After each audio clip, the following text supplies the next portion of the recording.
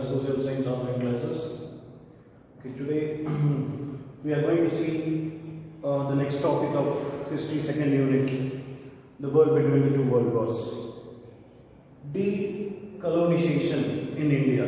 So last class we learned about the decolonization in Africa. So this Asian countries, the decolonization of Asian countries, initiated by India. Normally you see the reflection of or the effect of First World War, it reflected almost all the countries. So India at the time it's colonized by British. Okay, so how it's reflected in India and what are the measures taken to recover the stage? Okay, that's the decolonization in India. Okay, we'll see the first diarchy in provinces. So diarchy in provinces, there is divide and rule policy. Initially the decolonization in India, it started the beginning of the 20th century, that is in the 1905. The Swadeshi movement.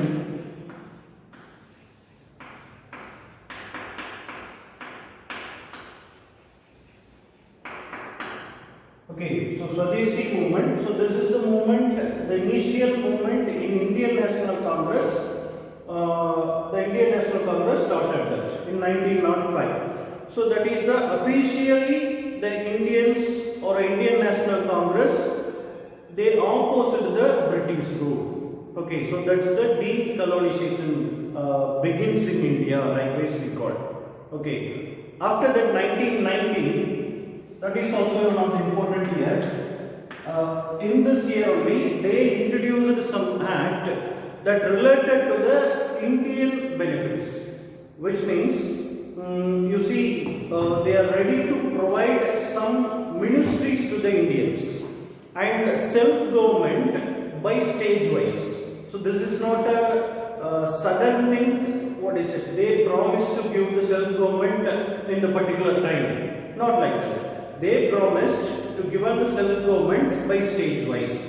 Okay, even this is the promise is given earlier. What is it? Before the First World War, that is, India is supposed to participate in the First World War with the side of British. They promised to give the freedom to India. That's why India participated in the First World War with the side of British. But they decided to give the freedom by stage wise. Even in Second World War also it's continuing. Okay, so this is the beginning of the stage, the Indian decolonization. What is it? Started like that. Okay, after that you can see there is a lot of changes in the Indian politics. So it influenced by the British. So all the changes, something it's given some benefits to the Indians, even though that everything is the indirect action by the British for their benefit.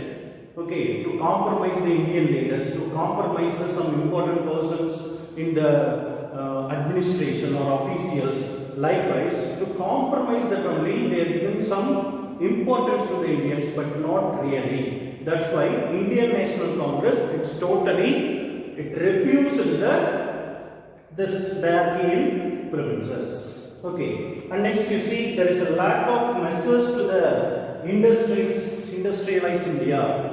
Normally, the reflection of the results of First World War, we given the death below of the industrial sector, especially industrial sector. So most of the industries before the invention of British, you see that indigenous industries. Indigenous means native industries. It's run by the Indians. But after the capturing of British, you see the British made the industries into models. So they introduced something, they invested in the industries likewise.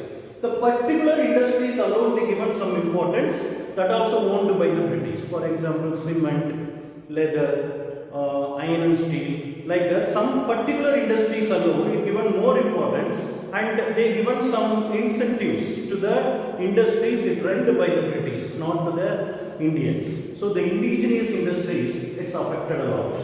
Okay, so the main reason that the Indian industrialized people, it's what is it, opposite the British.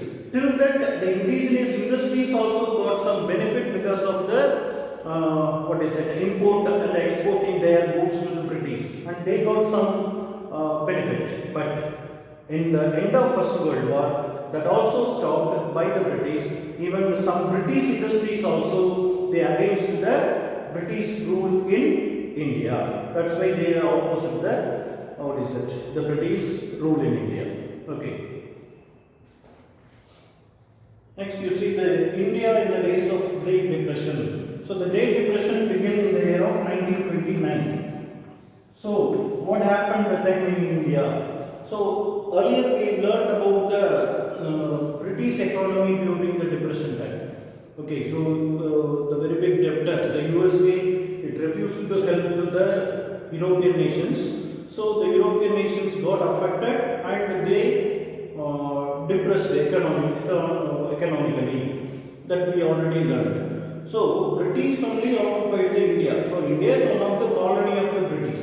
So that reflection is what is it? It showed in the Indian, what is it, the country also. Okay, so how? In the year of 1929, mostly you see the 1929 period, India's decolonization was in its peak. Okay, so after the First World War, we know very well the reflection in all over the places, because already we know very well to satisfy their what is it, the depression, the British planned to increase the taxes to the colonies. Okay, so in the 1930s time and all, they increased the Indian goods, okay, tax of the Indian goods. And then they conducted a meeting with the colonies, especially in the year of 1923, so 32, in Ottawa Conference.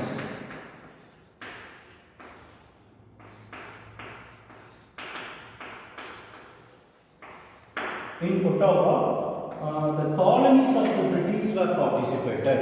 So, which are the colonies of British? Those colonies, they participated in the meeting. In that meeting, they decided that bilateral trade with the British. You know very well, bilateral and multilateral trade. The country can contact with only one country, that is bilateral. The country can contact with more than two countries, that is multilateral. British, during the British, what is it, imperialist period time, the countries were asked to keep the only bilateral trade, especially in 1932 Ottawa Conference time. They asked to keep the bilateral, only they contact with the British. At the particular time, you see the increase in the importing goods. Okay, so whenever they need to extend the trade with some other country, they extend it. Okay, they need to stop that now, they stop, because they are the British is in charge of all the trading things with their colonies. The colonies, they must accept this, because that's the situation prevalent. In India also same thing. India also accepted the bilateral trade, and they accepted the increasing of taxes on goods. Okay, later in the after 1932, you see there is a huge number of what is it? The gold. They shifted to the India to British, because the gold trade is very important for all the countries, especially for the medium of exchange. That time mainly they focused gold is one of the important one. So when the needed time from India, they shifted the gold to British.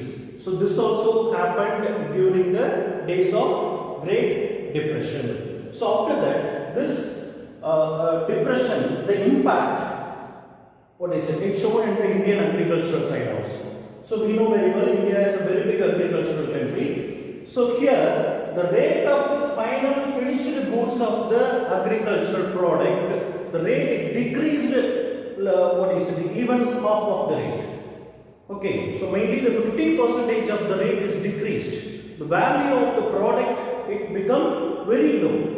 But at the same time, the Indian agriculturalists want to pay the full amount of rent to the land. So that time the British lent the land for a lease or something. So that time there is no compromise in it.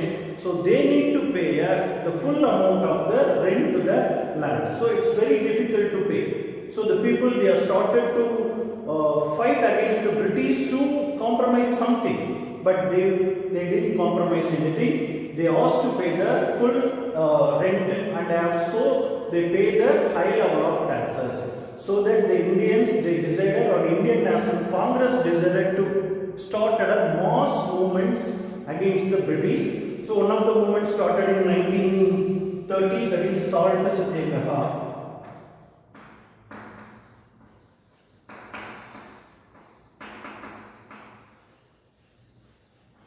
So Salt Satyagraha, also this is the increasing of salt tax. Against that, the Indian National Congress, especially Gandhiji, it initiated the movement, and this one of the evidence, the Indians against the British, increasing of taxes like this. So Indian agriculturalist system also collapsed during the Great Depression period. And finally, you see the Government of India Act 1935. So this is the most important act introduced by the British, because this act, especially for the Indians, the act was introduced. That's why it called as the Government of India Act. So what the act says, it given some benefits to the Indians. They are giving some a relaxation, especially for the Indians. They can participate in the election. They conducted the free and fair election right from 1935. Likewise, they announced. So 1937 the election conducted. 1937 in India, in most of the provinces, the elections conducted. In that election, it's surprisingly, the Indian National Congress won many seats in the many provinces, especially in Tamil Nadu, also in Madras Presidency. In 1937, the Justice Party defeated by the Indian National Congress for the first time.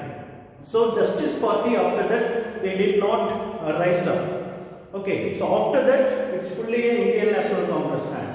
So right from 1937, many provinces of India, the Indian National Congress domination started. But unfortunately, in 1939, in many of the provinces, the Indian National Congress leaders, that is the Chief Minister, resigned their job, because the Indian men and material, without the permission of Indian National Congress, they used in the Second World War. So without the consultation of the Indian leaders, Indian National Congress leaders, the British, to the force or something, India participated in the Second World War. So this is the problem in the Indian National Congress. Some leaders accepted, some leaders did not accept it, some leaders do not know about India participating in the Second World War.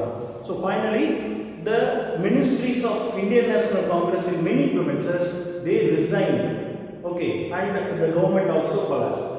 So this is the thing in the depression time to Second World War time. So First World War to Second World War, that gap. So in India's position and India's situation, it's like that. Okay. So tomorrow we'll see the new topic. Thank you.